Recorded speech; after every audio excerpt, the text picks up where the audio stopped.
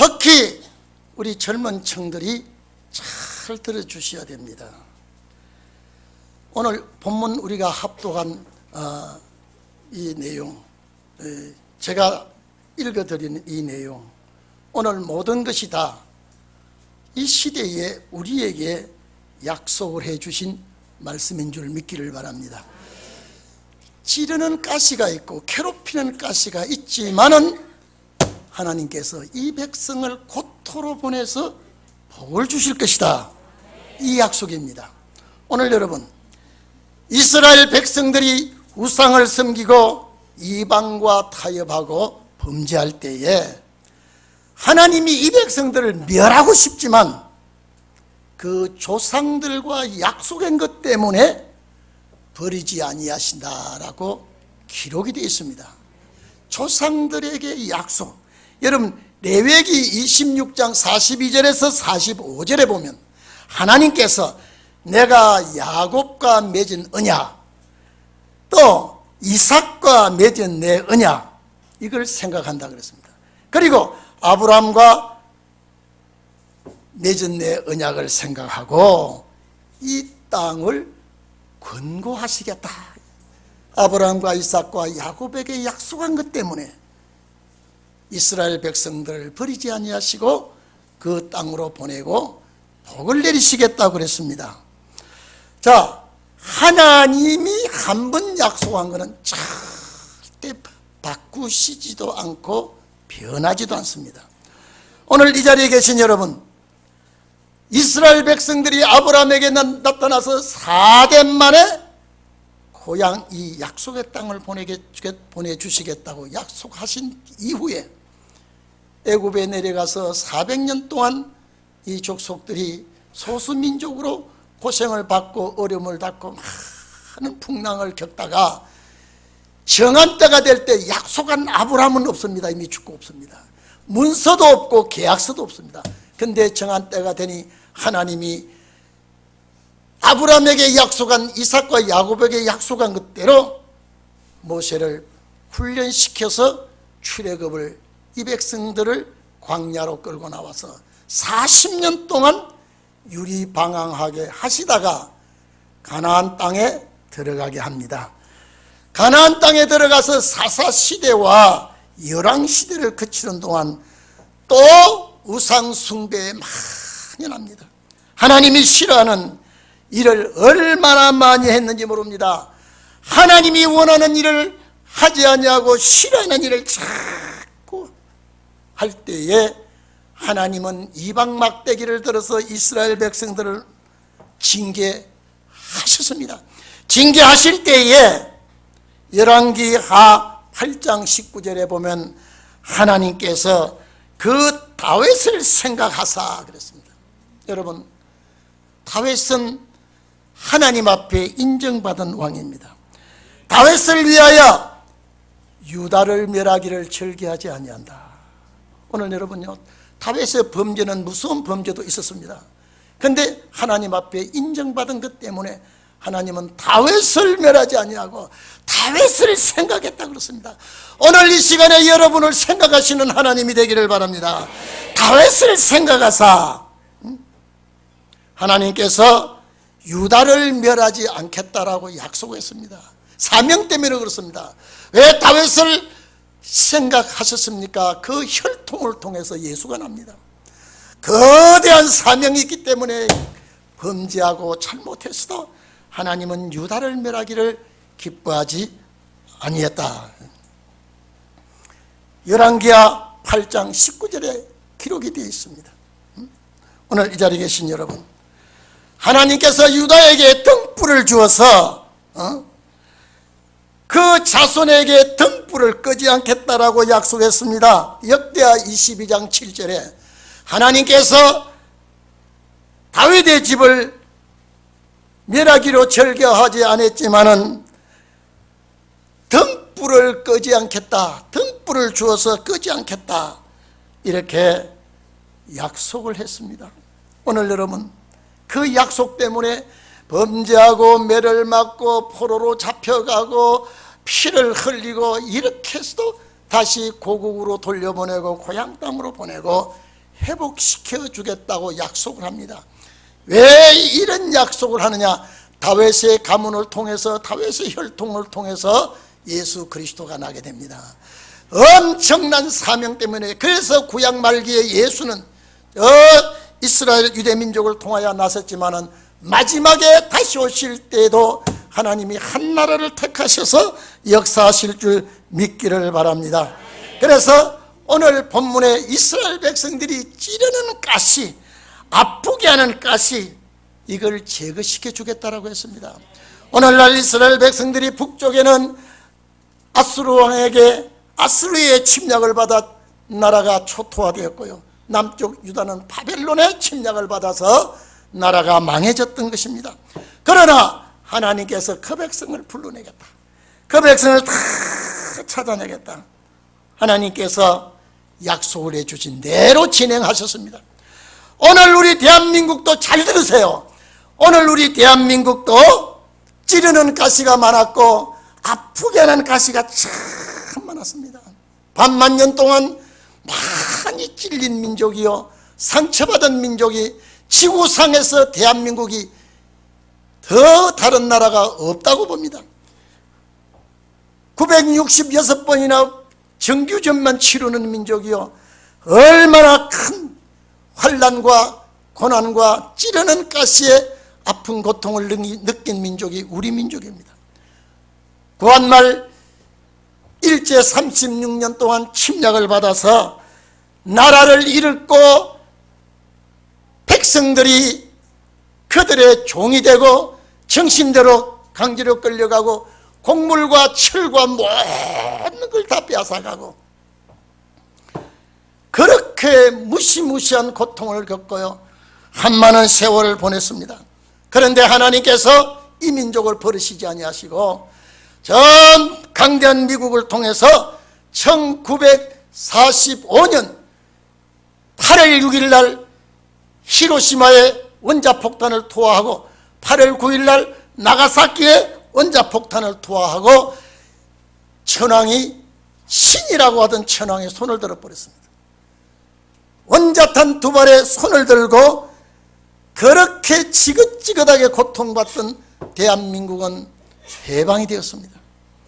해방이 되자마자 좌익 구익 그 세력이 얼마나 대립이 된지 모릅니다. 여러분은 어렸을 때 태어나기도 전에 이 나라가 그런 순환을 겪었습니다. 그래서 1919년 임시정부를 상에다 세우고 거기에 이승만 박사와 김구가 축이 되고요, 이미 북한에는 여운형과 박헌영이 북한의 중심이 돼서 공산국가를 세우려고 축이 되어서 설쳤던 것입니다. 그 와중에 미국 국무장관 에치선이 이제 태평양 전선을 형성할 때에 일본과 필리핀과 대만 남쪽을 군사보호지역으로 설정했을 때 김일성이가 착각을 합니다. 오늘 여러분, 대한민국은 미국이 빼어놓았구나, 이렇게 착각을 하고 오늘 여러분, 에치슨 장관이 이런 실수를 했습니다. 태평양 라인을 정해놓고 그것을 에치선 라인이라고 합니다. 얼마나 시행착오를 하고 김일성이가 판단착오를 합니다. 판단착오를 해서 1950년 6월 25일 날 소련제 탱커 200여 대를 이끌고 남한을 공격해 옵니다. 3일 만에 서울 탈환을 합니다. 대한민국은 볼 것도 없이 밀려서 순식간에 낙동강 전선도 무너지고 저 충청도 전라도 다 먹어버렸습니다. 부산 경상도 부산 일대만 딱 남아있을 때에 임시정부를 부산에다가 세워놓고 전쟁하려고 아무리 해서도 되지 않습니다. 무초대사가 이승만 박사에게 제주도로 옮기십시오,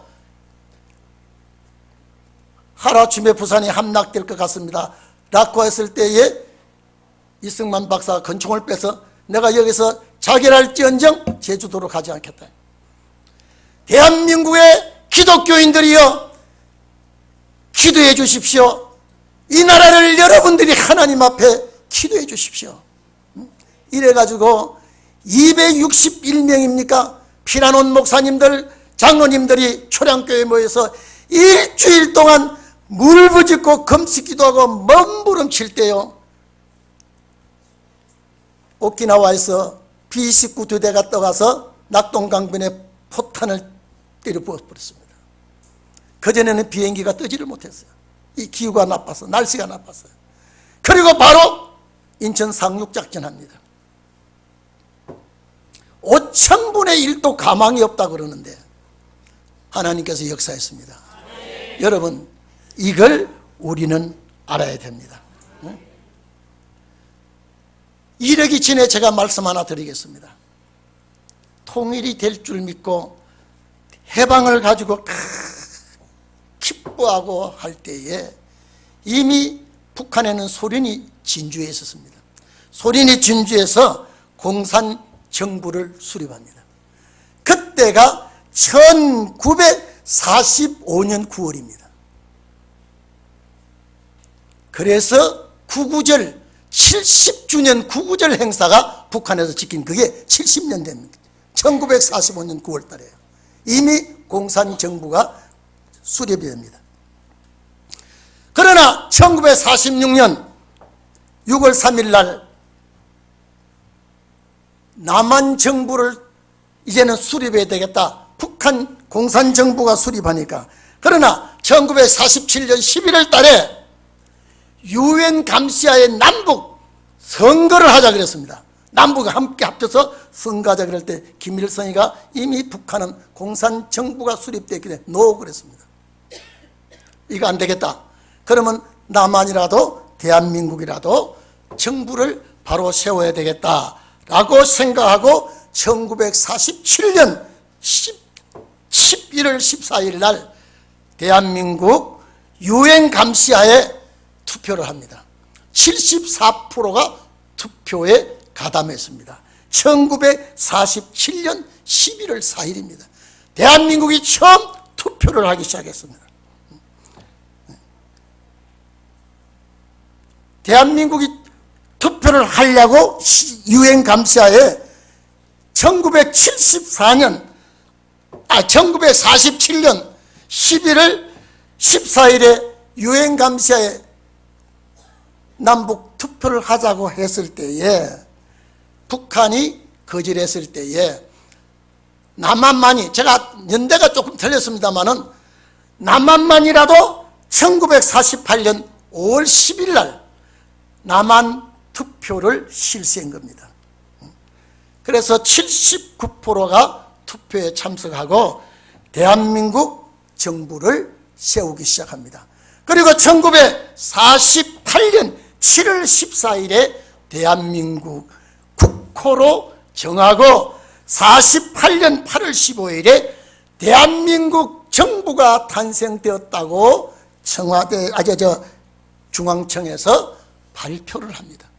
그리고 이것을 빨리 유엔에다가 보고해서 유엔에다가 알려서 정말로 대한민국을 세계 등록을 해야 되겠다라고 해가지고 부랴부랴 불란서 유엔 총회 여기에 우리 대통령과 요인들이 대한민국 임시정부가 이제는 정식정부로 탄생된 것을 유엔 총회에 보고하려고 무척 애를 쓰는데, 오늘 여러분 소련 대표가 대한민국은 합법정부로 인정할 수가 없습니다. 비신스키가 반대 강의를 막 열별을 토할 때 들어보세요. 갑자기 하나님이 비신스키를 쳐버렸습니다. 갑자기 치통이 와가지고 떼굴떼굴 뒹구면서 앰뷸런스에 실려갔습니다. 대한민국이 과연 합법정부와 여러분 유엔 여러분 대표 여러분들이 인정을 할지 안 할지 투표를 하자 그랬습니다. 그런데 55개국 유엔 대표 중에 48개국이 가표를 던지고 6개국이 반대를 던지고 한 개 나라가 기권을 했습니다. 그래서 대한민국은 확실하게 합법정부로 유엔에서 인정을 했습니다. 그때 대한민국, 세계의 대한민국 탄생이 되었다고 이는 공포가 됩니다. 예? 쉽게 말해서 대한민국 출생신고가 유엔에 보고가 된 겁니다. 만약에 일본, 소련 비진스키가 끝까지 반대하고 해방을 놓았다면 이때에 대한민국이 유엔에 정식 출생신고가 되지 아니했을 겁니다. 오늘 여러분 하나님의 역사인 줄 압니다. 하나님의 놀라운 역사가 역사했다고 우리는 믿습니다. 그런데 여러분 봐보십시오. 이 정부가 여러분 역사도 모르고 있어요. 1919년 상해 임시정부, 1919년 상해 임시정부에 대한민국이 그때 탄생된 걸로 말을 합니다. 여러분 나라도 잃었죠. 국민도 잃었죠. 모든 걸 영토도 잃어버렸죠. 그게 대한민국 정부 수립이 되는 게 아닙니다. 이때 하나님은 이승만 박사와 김구 선생이 아니었더라면 대한민국 탄생이 안 됩니다. 이승만 박사가 과거에 어떤 잘못이 있든 간에 결과적으로 대한민국을 튼튼하게 만든 역사가 이승만 박사와 김구 선생입니다. 이거 알아야 됩니다. 우리 젊은 청년들 알아야 돼요. 1948년 불란서에서 대한민국이 과연 합법정부라고 인정을 두드려 줬습니다. 그런데 지금 와가지고 이 정부가 1919년을 대한민국 정부 수립을 말한다면요, 우리 남북한이 대한민국 정부 수립을 우리 함께 기념 축복 회의를, 기념 회의를 열자라고 할 때 북한이 얼마나 비웃은지 압니까? 여기에 김일성이가 들어갈 수가 없습니다. 남한 정부 수립하는데 김일성이는 북한 정부가 바로 세워져야 되는데, 여러분 대한민국 대통령을 얼마나 비웃은지 압니까? 너희 1919년이 무슨 대한민국 정부 수립이냐? 우리 북조선은 1945년 9월 달에 이미 북조선이 세워졌는데, 그래서 70년 만에 북조선 기념일을 금년에 구구절을 합니다. 우리는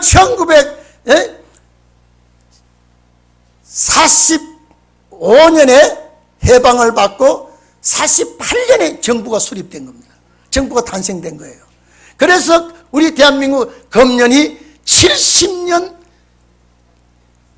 정부 탄생 기념일이 되는 거예요. 우리 잘 알아야 됩니다.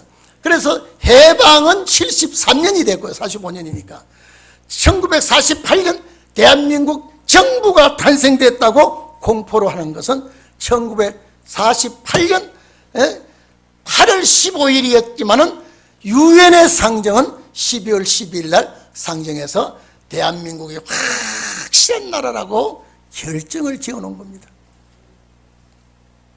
그런데 여러분 1950년도에 6.25 전쟁이 일어나지 않습니까? 제가 전에도 얘기했죠. 이승만 박사가 6.25 전쟁 나지 않았다면요, 저 대마도는 대한민국을 가져옵니다. 가져오도록 다 되어 있었습니다. 대한민국이 부산에서 보면, 건너다 보면 대마도가 보입니다. 일본은 너무 멀어요. 그런데 이승만 박사가 대한민국의 영토로 모든 계획을 다 세워놨는데 6.25 전쟁이 터져버려서 그걸 빼앗아오는데 놓쳐버렸습니다. 1950년 6.25 전쟁이 났을 때에 51년에 북쪽에서 휴전하자고 했을 때 이승만 박사가 휴전은 없다. 북진에서 통일하겠다. 아무래도 우리는 휴전하지 않겠다. 그래서 2년을 끄었습니다. 그래서 53년 7월 27일에 이승만 박사가 나는 가담하지 않는 나는 전쟁하겠다 그랬습니다. 이 기회에 통일하지 않으면 통일할 수가 없다. 그래서 대한민국이 빠지고 휴전협정이 된 겁니다.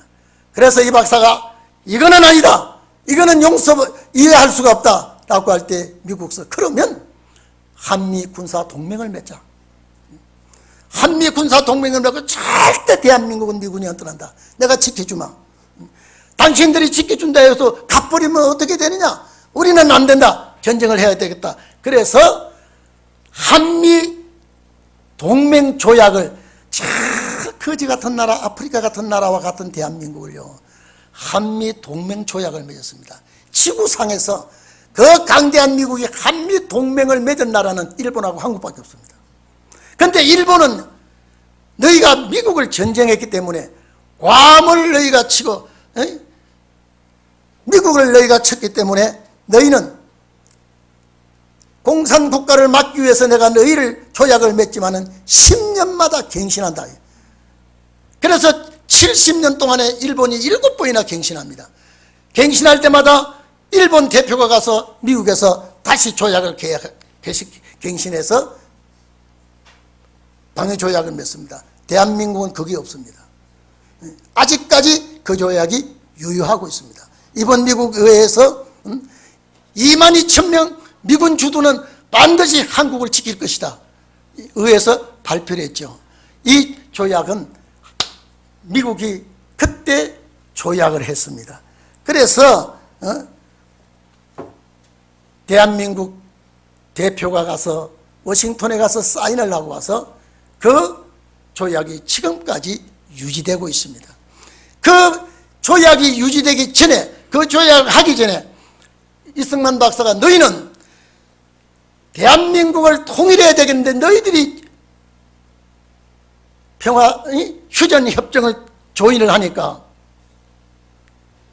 방공포로 석방을 합니다.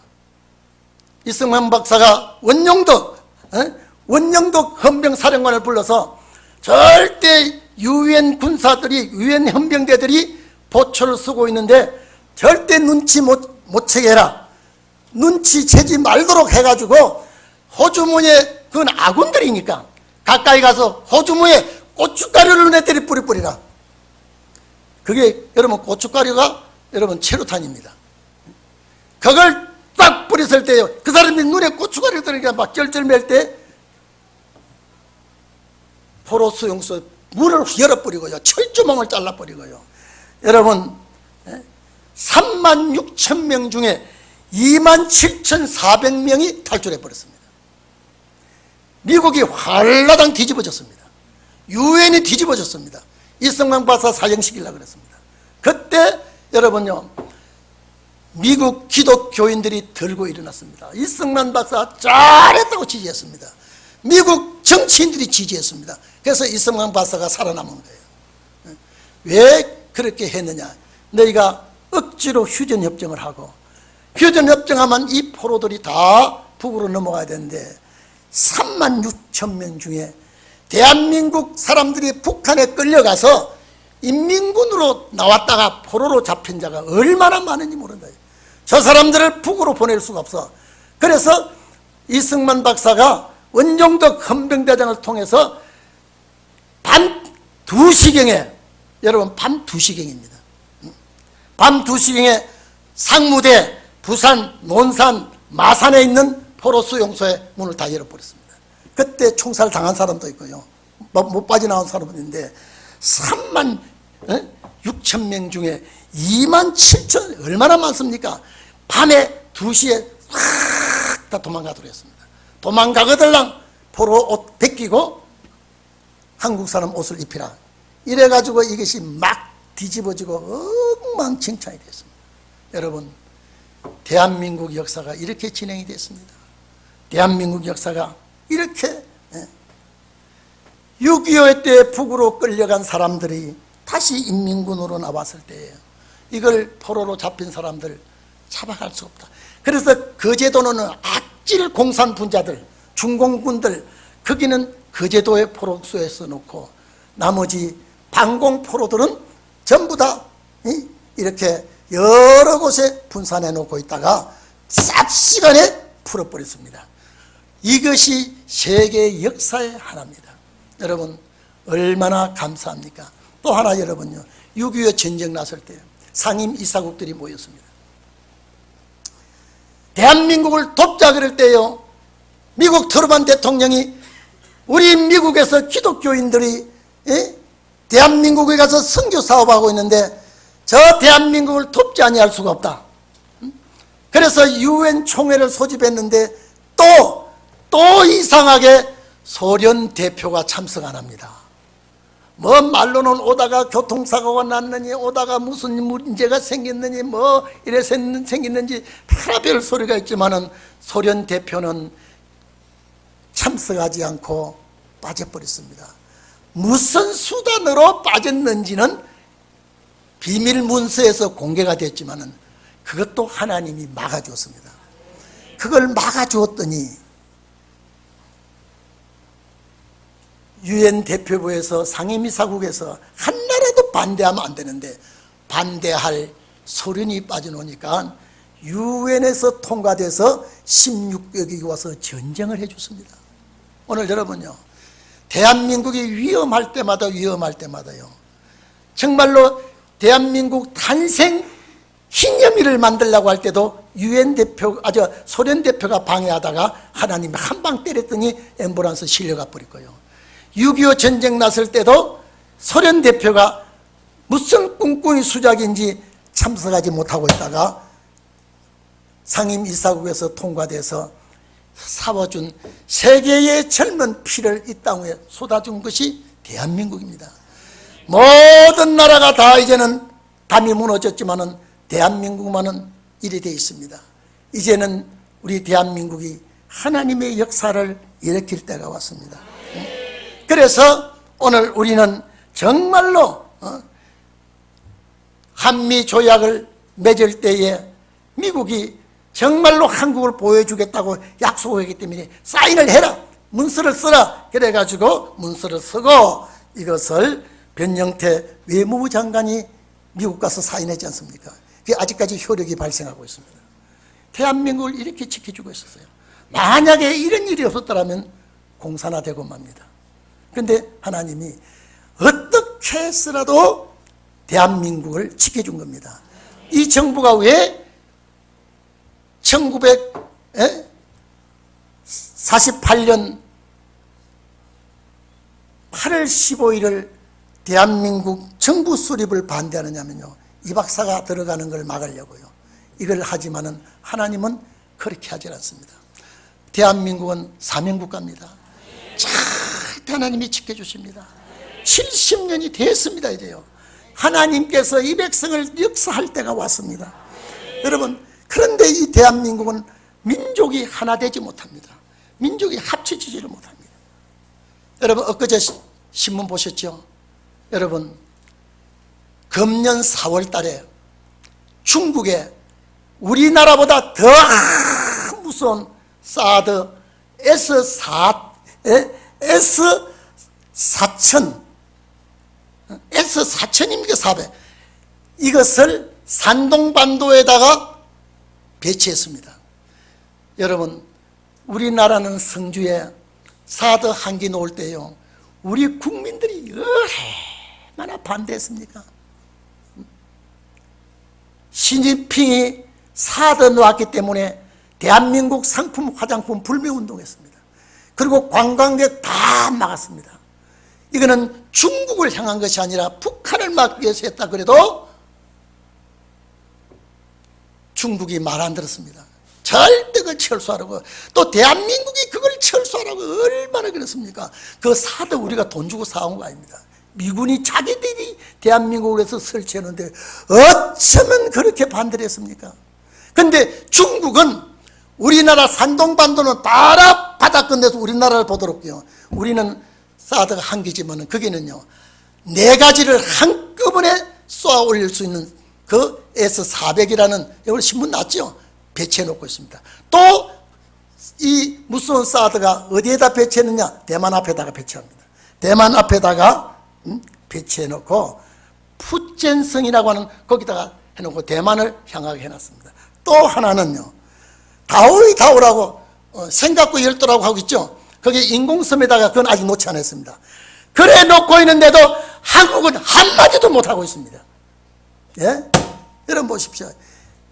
북한을 겨냥해서 사드 하나 놓는데도요, 대한민국 국민이 크게 반대하고요, 국회의원들이 가가지고 중국 가서 냉대를 받고, 우리 대통령이 가가지고 시진핑이 만나주지도 않고 식당 가서 밥 사 먹고 기자들이 가서 두들겨 맞고 이 짓을 하고 오지 않았습니까? 얼마나 이거 보면 피청이 터지는 일이에요.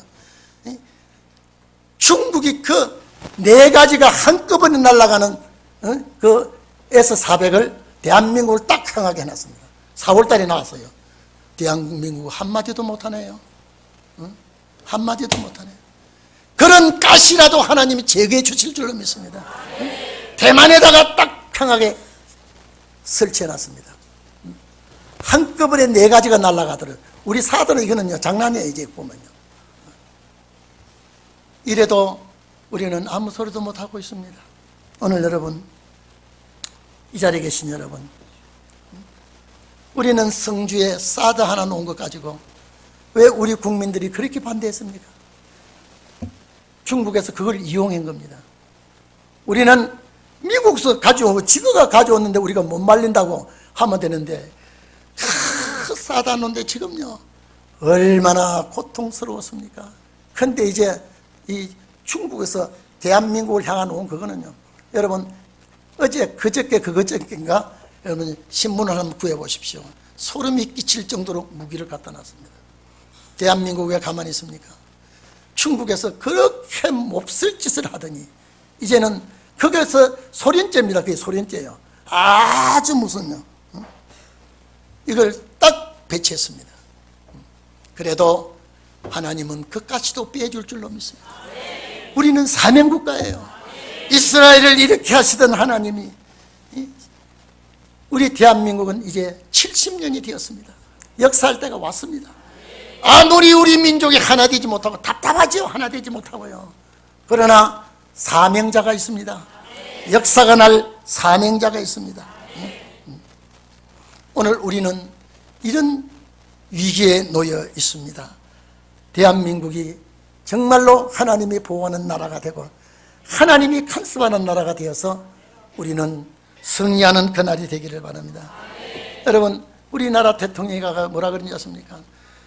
정말로 가난하고 정말로 가난한 나라, GNP가 7불도 잘 안 되는 나라, 아프리카와 같은 나라, 여기서 대한민국이 어디 있는지도 모르고 이 백성들이 어떻게 사는지도 모르고 그 많은 군대들이 한국에 와서 죽어준 거 참 고맙다고 했을 때 미국 많은 사람들이 통곡을 하고 33번이나 기립박수를 했습니다.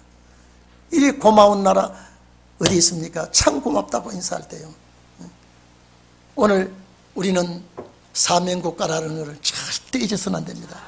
저는 우리 동의교회 성도들만이라도 하나님이 역사하시면요, 이 나라를 괴롭히는 나라들은 하나님이 처단해 주시고 우리가 하나님이 준 땅에서 행복해질 줄로 믿습니다. 축복이 우리에게 있을 줄로 믿습니다. 여러분, 걱정하지 마십시다. 경제가 바닥을 헤매고요, 정말로 여러분요, 아니 세계가 한국을 보고 있는데 한국은 기가 막힌다 소리를 하고 있습니다. 왜 이렇게 지금 경제가 바닥을 헤매는지 이렇게 발표했더라고요. 대한민국 정부는 역사도 모르고 경제도 모르고 정치도 모르는 사람들이 지금 이 지경을 만들었다고 지금 외국에서는 떠들고 있습니다. 사실 맞습니다. 그러나 우리는 이때를 인연하여서 주님께 더 나가기를 바랍니다. 우리 동행교회 합쳐 주십시오. 우리는 합쳐야 돼요. 이제는 역사가 임박했기 때문에 다 같이 기도하십시다.